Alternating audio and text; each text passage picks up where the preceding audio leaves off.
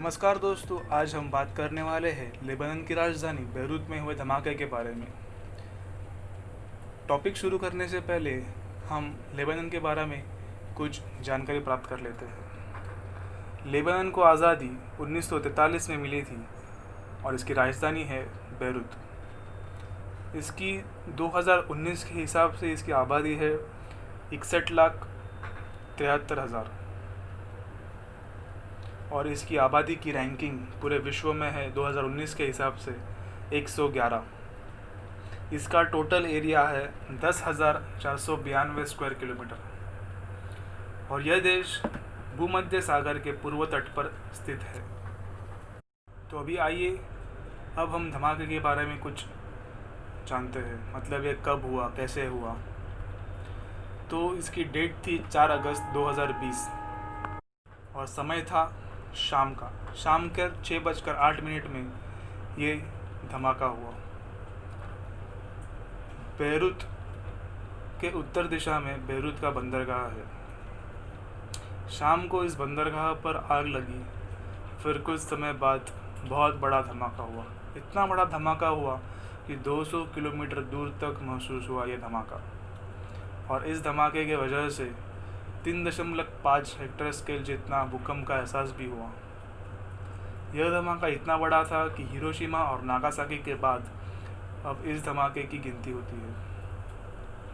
इस धमाके की वजह से कई किलोमीटर दूर तक कई इमारतों के शीशे टूटे, कई इमारतें को बहुत बड़ा नुकसान हो गया और कई सारी गाड़ियाँ तो ऐसे उछली कि जैसे मानो वो खिलौने की गाड़ियाँ हो। और जब यह धमाका हुआ उसी समय 100 से अधिक लोग को मृत घोषित कर दिया और 4,000 के ऊपर लोगों को घायल घोषित कर दिया। इस धमाके की वजह से बेरूत के कई हॉस्पिटल बर्बाद हो गए। बर्बाद होने के कारण लोगों का इलाज करना भी मुश्किल हो गया। इतना मुश्किल हो गया कि हॉस्पिटल तो बर्बाद हो ही गए थे, पर जो रास्ते थे जो हॉस्पिटल को जा रहे थे वो भी बर्बाद हो चुके थे। इसलिए हॉस्पिटल तक जाने की तक की बराबर से सुविधा उपलब्ध नहीं हो रही थी। धमाका इतना बड़ा था कि बेरूत के लोगों को लगा कि कहीं किसी ने हमला तो नहीं कर दिया, पर नहीं, ये हमला नहीं था। ये एक लापरवाही की वजह से बहुत बड़ा धमाका हुआ था। तो अब जानते हैं धमाका हुआ तो हुआ कैसे। जिस बंदरगाह पर यह धमाका हुआ वहाँ एक वेयरहाउस है। उस वेयरहाउस में, मतलब कई सारे वेयरहाउस है, वहाँ एक वेयरहाउस में पटाखे रखे गए थे। उस पटाखे के गोदाम में आग लग गई। उसकी बगल में ही एक वेयरहाउस था जिसमें 2,700 टन अमोनियम नाइट्रेट रखा था। जैसे नाम से मालूम होता है कि इस केमिकल में नाइट्रोजन है और नाइट्रोजन ऑक्सीजन को आकर्षित करता है और आग लगने पर यह विस्फोटक रूप लेता है। तो जाहिर सी बात है कि इतनी बड़ी संख्या में, अगर इतनी बड़ी तादाद में अगर केमिकल हो, अमोनियम नाइट्रेट हो, तो धमाका किस कदर का हो सकता है।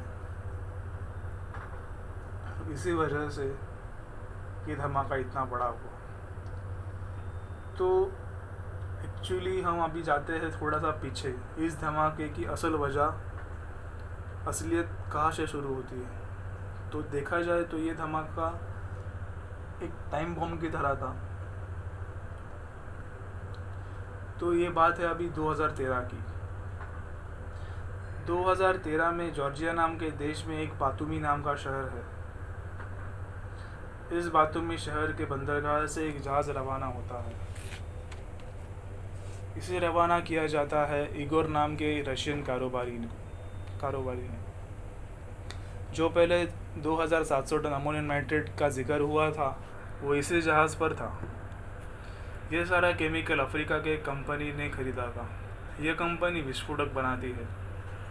यह जहाज़ केमिकल लेकर निकल तो गया पर अपनी मंजिल तक नहीं पहुंचा, क्योंकि इस जहाज़ के मालिक इगोर इस जहाज़ पर काम करने वाले लोगों को ठीक से पैसे नहीं दिया और पैसे न देने के कारण जब कभी भी जहाज़ को ज़रूरत पड़ती कहीं रुकने या फिर अपनी खर्च निकालने की, तो बहुत सी तकलीफ़ें मुश्किलें होती थी। तो इसी तरह जहाज़ एक दिन बेरूत के बंदरगाह पर आया। अब जब कोई जहाज़ बेरूत के या फिर किसी बंदरगाह पर रुकता है तो उसे भुगतान देना पड़ता है, किराया देना पड़ता है। तो पैसे न होने के कारण वो किराया नहीं दे पाए, और इसी वजह से बेरूत के बंदरगाह के अधिकारियों ने जहाज़ का मुआयना किया और मालूम पड़ा कि यह जहाज़ तो बहुत ही पुराना है और इसे चलाना भी खतरे से खाली नहीं है। इसी वजह से जहाज़ के कप्तान को गिरफ्तार कर लिया गया और जहाज़ जब्त कर लिया गया। 10 महीने बाद कप्तान ने अपनी रिहाई खुद ही कर ली। रिहाई भी कैसे कर ली? कप्तान ने जहाज़ का ईंधन बेचकर पैसे इकट्ठा किए, उन पैसों से वकील किया और वकील की मदद से रिहाई कर ली। लेकिन अब प्रश्न था कि इस जहाज़ पर लदे हुए 2700 टन के केमिकल का करना क्या है। इस केमिकल को अगर ऐसे ही रखे तो बहुत बड़ा खतरा है। तो इस केमिकल को जहाज़ से उतारकर बेरूत के बंदरगाह पर रख दिया। बेरूत के कस्टम के तरफ से लेबनान की जुडिशरी को कई चिट्ठियाँ लिखी गई। चिट्ठी में लिखा था कि कस्टम डिपार्टमेंट चाहता है कि ये सारा केमिकल है वो लेबनान की सेना को दिया जाए, लेकिन कस्टम की चिट्ठियों का कोई जवाब नहीं आया और इसी लापरवाही की वजह से यह हादसा हो गया। लेबनान पहले से ही बहुत सी मुश्किलों से गुज़र रहा था। वहाँ पर भ्रष्टाचार, इकोनॉमिकल क्राइसिस, डेवलपमेंट क्राइसिस बहुत थे। यहाँ तक कि वहाँ की जो करेंसी है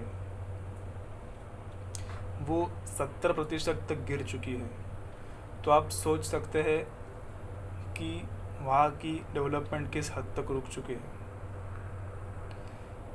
लेबनान के आस पड़ोस के जो देश है उनसे भी संबंध अच्छे नहीं हैं, तो और इसी वजह से कुछ उनकी खास डेवलपमेंट नहीं हो पा रही है। लेबनान की सरकार में भी अस्थिरता है, मतलब उनके सरकार ने जो रोज़ की चीज़ें होती है वहाँ पर बहुत सारा टैक्स लगा दिया, और इसी के कारण कुछ साल पहले लेबनान की जनता सड़कों पर आई थी।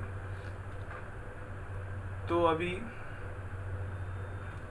मालूम पड़ रहा है कि ब्लास्ट हो जाने के बाद, धमाका हो जाने के बाद वहाँ के सरकार ने इस्तीफ़ा दे दिया है,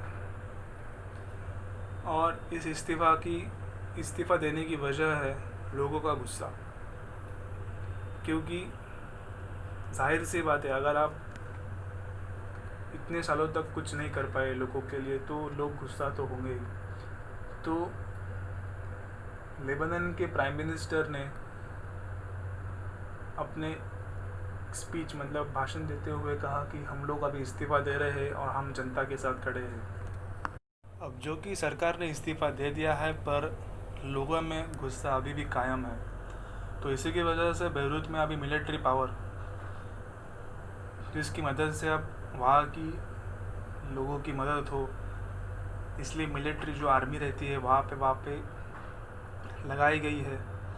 और इस्तीफ़ा देने के बाद भी लोगों में गुस्सा कायम था, तो वहाँ पर भी अभी कुछ मतलब दंगे फसाद होने की आशंका है। इसीलिए वहाँ पे अभी स्ट्रिक्ट मतलब बहुत ही कड़क मिलिट्री पावर लगाई गई है, जिससे कि वहाँ पे लोगों को शांतता हो और वापस जो बेरूत पहले था वैसे ही हो। क्योंकि हुआ ऐसा है कि जो बेरूत का बंदरगाह था वहाँ से ही लोगों की बहुत सारी रोज़ाना जो हमें चीज़ें लगती है, बेसिक गुड्स जिसे कहते हैं, वहाँ से ही आती थी। तो उसी की वजह से अगर वही तबाह हो गया है, पहले से वहाँ पे इकोनॉमिक क्राइसिस थी, ऊपर से वहाँ के सरकार ने रोज़ की जो हमारे वस्तु कामकाज की वस्तु है मतलब बेसिक गुड्स, वहाँ पे भारी कर लगाया गया था। ऊपर से कोरोना वायरस का पैंडेमिक था, तो फिर उसी की वजह से पहले से ही परेशान थे। और जब कि अभी उनका बंदरगाह जहाँ से उनकी चीज़ें आती थी वही तबाह हो गया, तो अभी उनका जीवन बहुत ही मुश्किलों से गुजर रहा होगा और गुजर रहा है। तो ऐसी ही बहुत सी जानकारियों के लिए हमारा चैनल सब्सक्राइब करें। हम आपके लिए बहुत से नए टॉपिक्स पर हम लोग जानकारी प्राप्त करके आपको देंगे। आज के लिए, अभी के लिए बस इतना ही। फिर मिलते हैं। धन्यवाद।